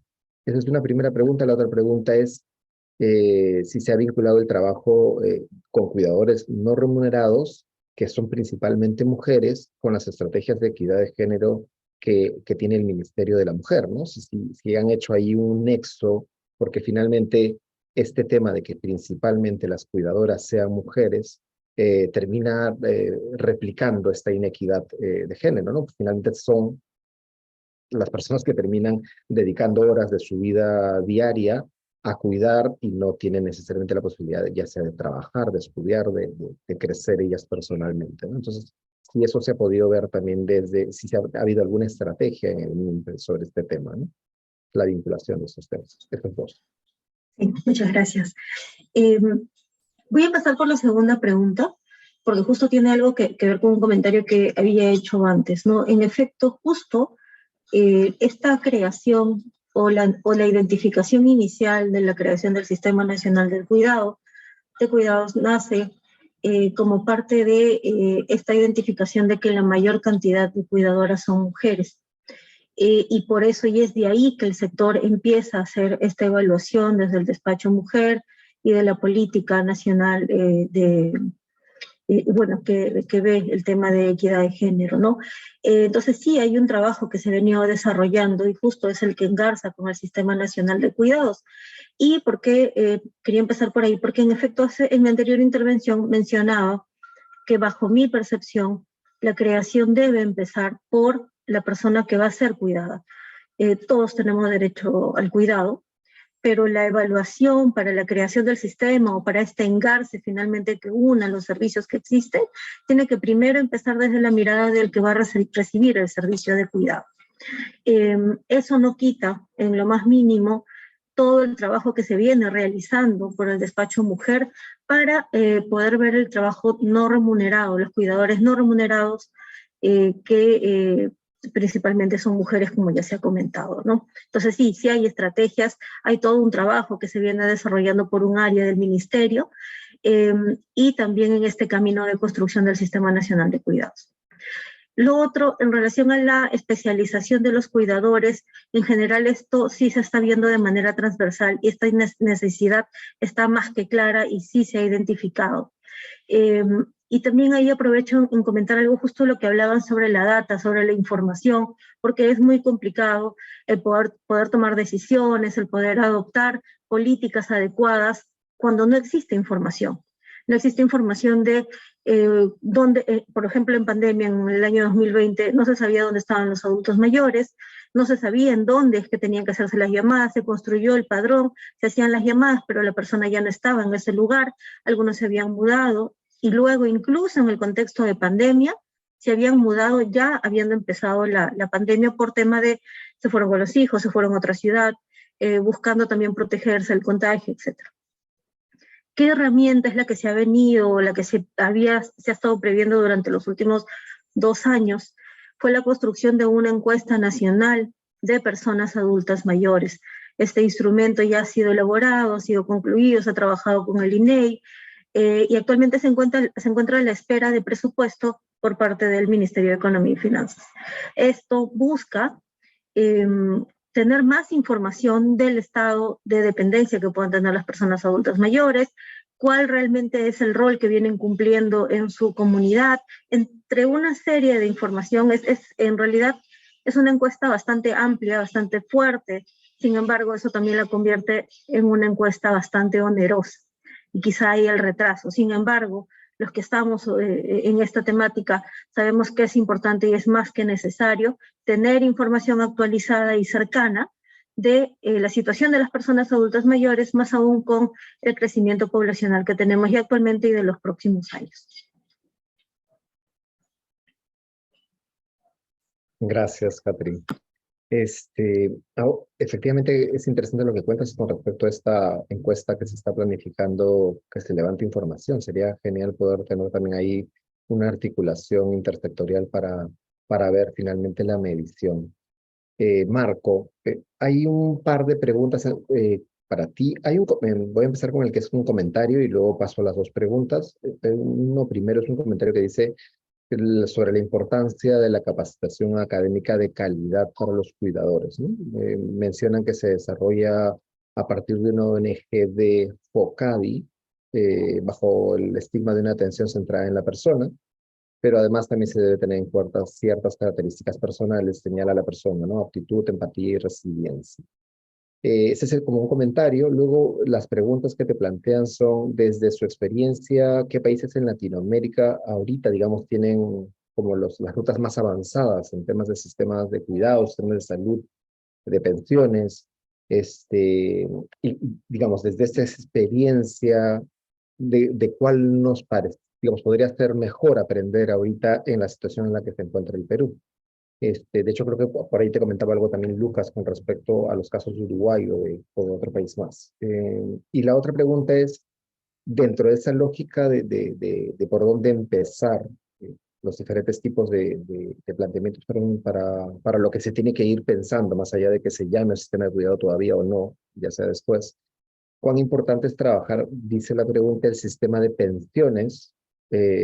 Primero, digamos, ordenar la lógica del sistema de pensiones para que las otras líneas funcionen, para que las líneas de salud, la línea de cuidado funcionen también, ¿no? Gracias. Gracias. El tema de la capacitación sabemos que las habilidades socioemocionales como paciencia, perseverancia, el saber escuchar son fundamentales para todas personas cuidadoras. Entonces, muy de acuerdo. Sobre el tema de qué países podemos aprender, entonces los países que tienen servicios de cuidado más desarrollados para personas mayores con dependencia son Uruguay y Argentina. Sabemos que hay una alta cobertura también en Barbados, pero no conozco bien el tipo de servicios. Pero igualmente quiero tomar algunas lecciones de Uruguay y Argentina. Uruguay brinda 80 horas de cuidados en el domicilio a todas personas mayores de 80 años que tienen una dependencia severa. Esto significa que tienen un baremo de dependencia y después ponen también el umbral de la edad. Pero ¿qué aprendemos de Uruguay, por ejemplo? Todas personas que están en esta situación reciben 80 horas por semana y es un servicio, un cuidador, una persona. ¿Qué aprendería yo? No todas las personas que necesitan cuidado necesitan 80 horas por semana. Algunas necesitan 80, algunas necesitan 20, dependiendo de la situación. Y yo tengo un ejemplo en mi familia. Por ejemplo, mi papá necesita 1 hora cada 2 días. pero no lo puede hacer solo lo que necesita. Entonces, más variabilidad en el tipo de paquete y no un paquete igual para todos. Argentina, en contrario, tiene el servicio o el beneficio dentro de su sistema de salud para las personas que fueran trabajadores formales, que representan el 85% de la población mayor de Argentina. Ellos lo tienen integrado dentro de lo que se llamaba PAMI, que es como el servicio de salud. 8% del presupuesto del PAMI es para servicios que se podrían llamar de cuidados. Esto es muy interesante porque la integración entre salud y cuidado es muy importante para personas con alta dependencia.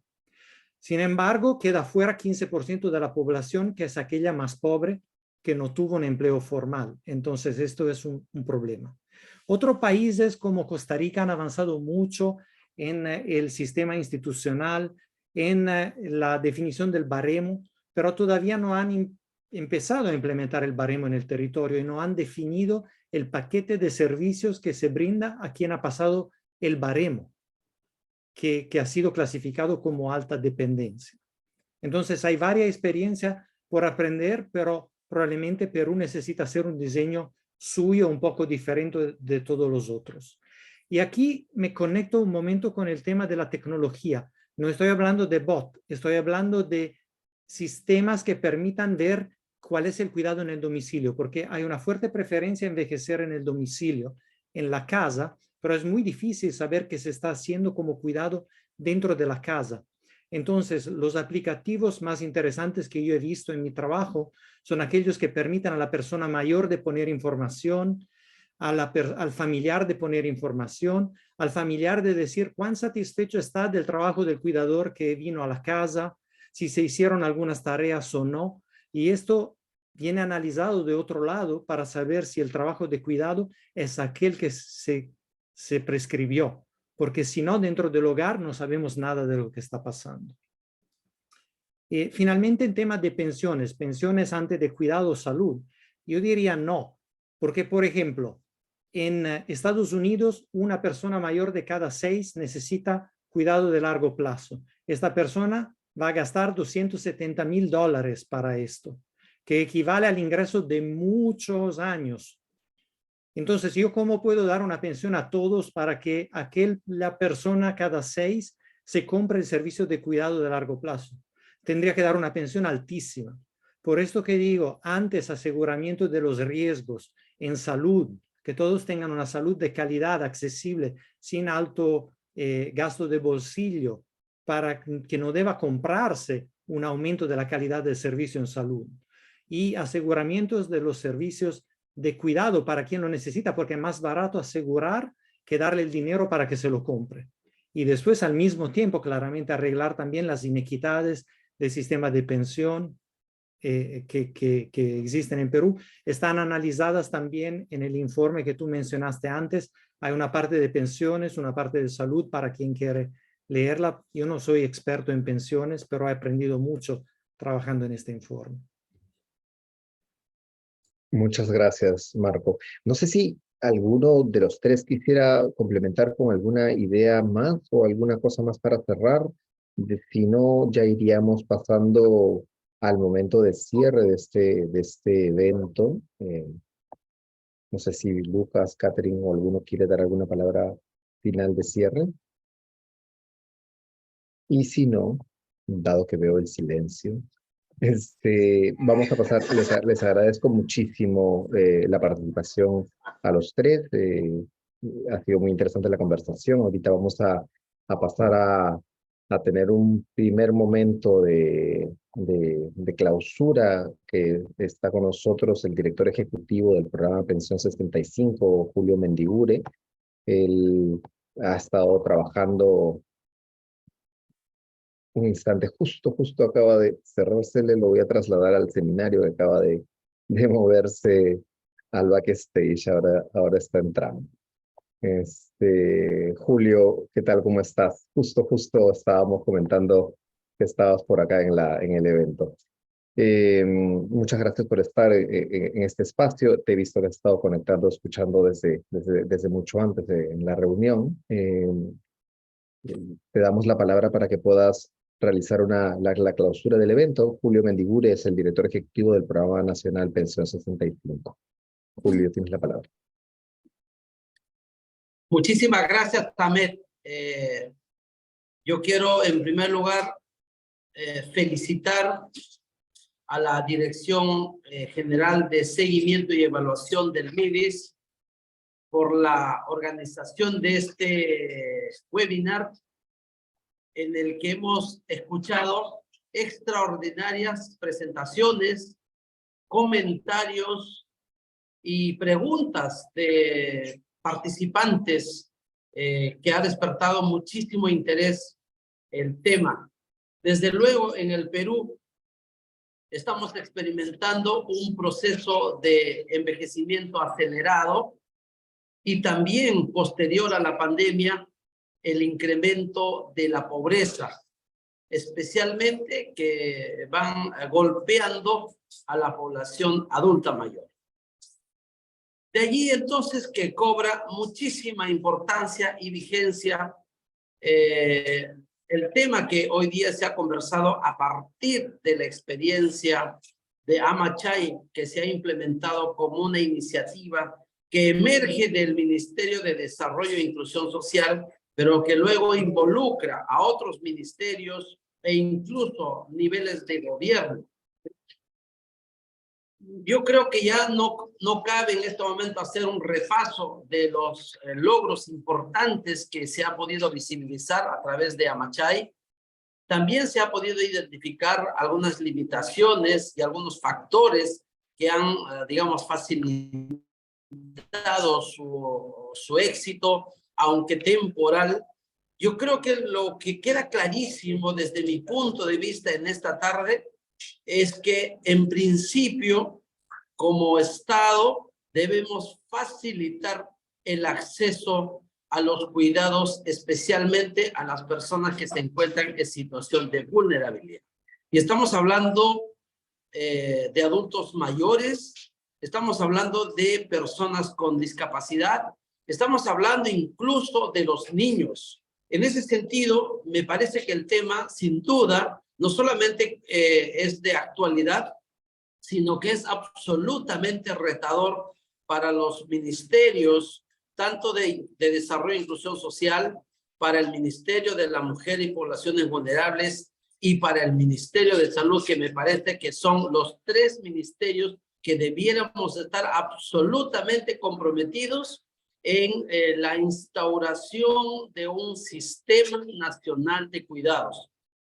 En ese sentido, cuando hablamos de acceso a los cuidados, estamos hablando de ir eliminando progresivamente un conjunto de barreras, tanto económicas como geográficas, o las de oferta en los servicios de salud, o las de culturales. Debemos tener en cuenta que en el país tenemos más de 55 pueblos indígenas que tienen diferentes cosmovisión, tienen diferentes de ver el envejecimiento y también tienen una nueva forma o una forma diferente de cuidar a la persona en situación de vulnerabilidad. Y significa al mismo tiempo cuidar a la persona en su estado de salud y en su estado de enfermedad. Cuando está en estado de buena salud o de goce de aparentemente buena salud, entregar la diversidad de cuidados que nos permita mantener sano a esa persona. Y cuando está enfermo, naturalmente, ver, por ejemplo, en el seguimiento de las enfermedades crónicas, la presbicia, por ejemplo, que es un problema muy álgido en los adultos mayores, por ejemplo, la salud bucal, la salud mental, como se ha dicho también en esta tarde, son asuntos de importancia relevante desde el punto de vista de la salud física y mental. Pero también resulta importante propiciar una mayor participación de los adultos mayores la revitalización de sus conocimientos, de sus saberes, de sus valores, incluso ancestrales, que le permita sentirse útil en la sociedad y en su comunidad. Y eso significa su salud social y naturalmente también la parte espiritual. Significa entonces ver en toda su dimensión a la persona humana. Ese es el concepto integral del cuidado. Y desde ese punto de vista, sí, pues resulta también determinante tener un abanico y una oferta muy sostenida y muy fuerte para la formación de los cuidadores, especialmente en el caso nuestro, de nuestro personal, de nuestros promotores, toda nuestra fuerza laboral que tenemos en el MIDIS, que también ellos se constituyan como cuidadores secundarios. Me parece que se abre la posibilidad de que el MIM, el MINSA y el MIDIS podamos trabajar un programa de formación y de entrenamiento que permita acceder y estandarizar su formación, y no solo para los cuidadores primarios, sino también para que los cuidadores secundarios puedan contribuir en la protección y en el cuidado de la salud y la vida de las personas. Sobre todo, Catherine del MIM ha señalado esto como un avance importante, el proceso de formación de cuidadores, y eso creo que ayudaría en términos generales a un poco recambiar, modificar esto que diríamos que en términos de diagnóstico se ha señalado que los cuidados para las personas en situación de vulnerabilidad en el país todavía son insuficientes, de muy baja cobertura y con una accesibilidad limitada. Frente a todo esto, el MIDIS es una locomotora y tiene como su principal virtud la capacidad de articular, es decir, de involucrar, de liderar para que los otros ministerios, los gobiernos subnacionales, tanto regionales como locales, puedan participar, así como lo han hecho con Amachay. Podríamos ir participando también en esta iniciativa que la Dirección General de Seguimiento y Evaluación, digamos, ya plantea como un reto la instauración de un Sistema Nacional de Cuidados. Tenemos una gran capacidad a través de los diferentes programas sociales y su presencia a nivel nacional, además con la ventaja de tener un listado nominal e incluso georreferenciado de las personas que se encuentran en situación de vulnerabilidad, creo que constituye una gran ventaja para comenzar con este proceso de la creación de un sistema nacional de cuidados. Pero allí, sin duda, no podemos ir solos, tenemos que ir con otros ministerios de la mano, y me parece que ese sería el principal desafío para nosotros, para el MIDIS, y muy particularmente yo diría para Pensión 65, considerando que los adultos mayores es una población que va creciendo y es una población que demanda muchísimos servicios que a la larga va a requerir más inversión social. Y para su sostenibilidad, sin duda, se requiere presupuesto, pero quizás no en la dimensión de los 70 millones que inicialmente se ha invertido. Podría ser quizás un poco menos si todos los niveles de gobierno se involucran y podemos hacer también allí ser más eficientes. Ya desde Pensión 65, desde el programa Contigo, hemos podido apreciar durante la pandemia que se han hecho casi en total 1 millón de llamadas telefónicas a los diferentes.